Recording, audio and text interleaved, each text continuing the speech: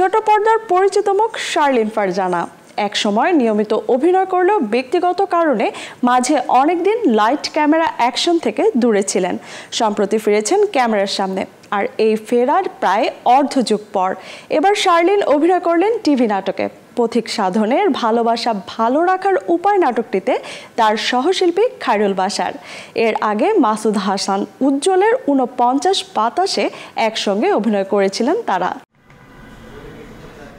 ব্যক্তিগত কারণে মাঝে বেশ অনেকদিন অভিনয় থেকে দূরে ছিলেন টিভি নাটকের পরিচিত মুখ শার্লিন ফারজানা। মাসুদ হাসান উজ্জ্বলের ৪৯ বাতাসে নিজের অভিনয় দক্ষতা দিয়ে দর্শক মহলে বেশ প্রশংসা কুড়িয়েছেন তিনি।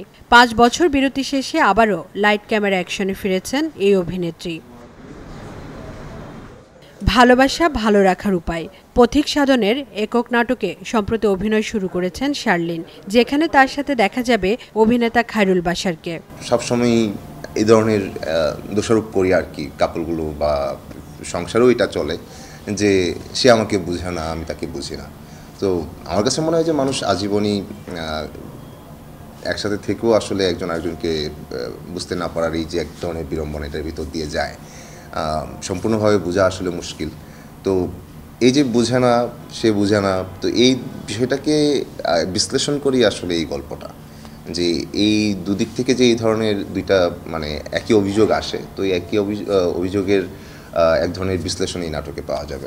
অসম প্রেমের গল্প হতে পারে যে একটা ছেলে আর একটা মেয়ের মন বোঝার উপরে, তার যেটা আমাদের বাস্তব জীবনেও হয় যে একটা ছেলে আর একটা মেয়ের মন বোঝার জন্য যে ধরনের কার্যক্রম করে, যে আসলে মনটা কি বোঝা যায় কি না, এই গল্পটা বেসিক্যালি সেটার উপরে যে মেয়েদের মন বোঝার উপায় কি, সেটার কিছু সূত্র আমরা দিয়েছি মজা করে। আসলে এটা যদি বলি সিরিয়াসলি নেওয়ার কিছু নাই, মজার ছলে সে ফ্যান্টাসি টাইপের একটা গল্প।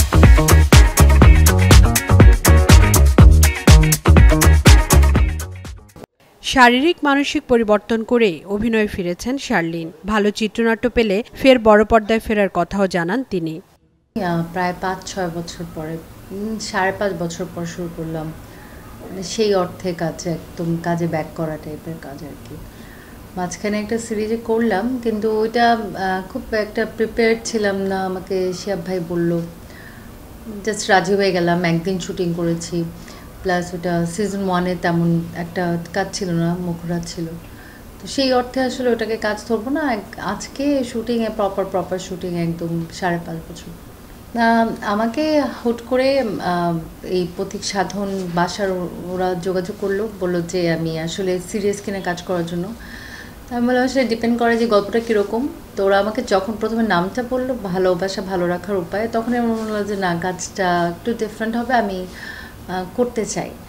গল্পটা আমাদের দৈনন্দিন জীবনে অপরিহার্য একটা অংশ, যে আমরা সম্পর্কগুলোকে যত্ন করি না, সম্পর্কগুলোকে যত্ন করে ধরে রাখার জন্য যে প্রক্রিয়াগুলো, সেইগুলো নিয়ে একটা স্যাটায়ার করে একটু কমেডি দিয়ে উপস্থাপনা করা হয়েছে গল্পটাকে। আমার পছন্দ হয়েছে, which is Y I agreed যে আমি কাজটা করবো।